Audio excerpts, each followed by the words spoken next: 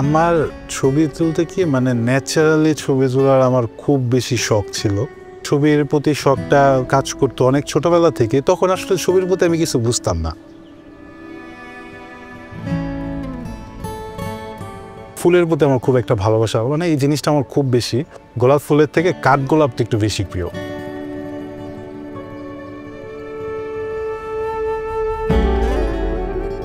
এটা আপনার 1:30টা কি 2টার মাঝামাঝি সময় বিশাল একটা মিছিল চাষারা রাউন্ড দিচ্ছিল। ওরা চাষারা আসার পরেই মানে চাষারাটা ব্যারিকেড দেয় চারো সাইড থেকে, আপনার গাড়ি টাড়ি চলাচল অফ করে দেয়। পুলিশ কোথায় আছে অবস্থানটা দেখার জন্য আমি আসলে মাথাটা একটু সামান্য উকি দিই, মানে এভাবে একটা গলির ভেতর থেকে এভাবে একটু উকি দিই। ঠিক সাথে সাথে বুলেটটা আমার চোখে এসে আঘাত করে।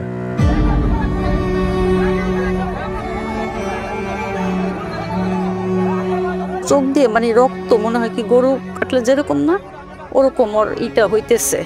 হওয়ার পরে ওই দেখে আমি আর মাথা কোন আমি রাখতেছি না। ও শুধু আমাকে বললো যে আম্মু আমাকে মাফ করে দিও।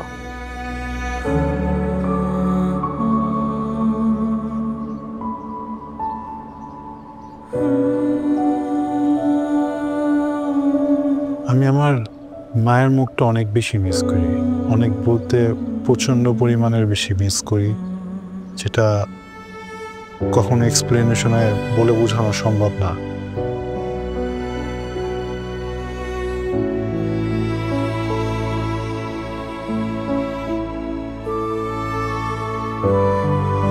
হয়তোবা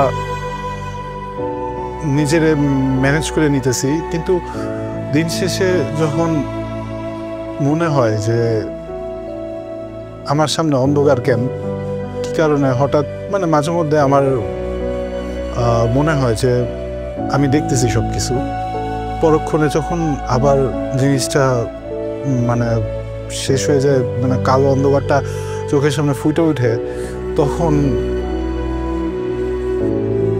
রাত্রে যখন ঘুমাতে যায় ঘুম হয় না, তো তাকাই থাকে, মানে চোখ বন্ধ করে। আর আব্বু বলে কি চোখ বন্ধ করে থাকলে ঘুম আসবে। আমি যখন চোখটা বন্ধ করি তখন মনে হয় কি যে মা বাবা তো দিনটা 24 ঘন্টা এই অন্ধকারের ভিতরে কাটায়।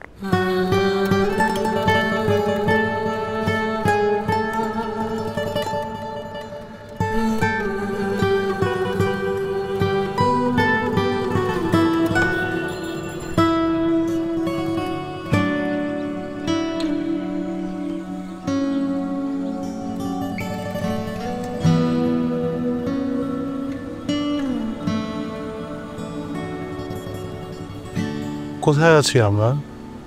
আরেকটা পার্কে আসছি? না ভাই, আমরা জাতীয় সংসদ ভবনের সামনে। বলেন কি?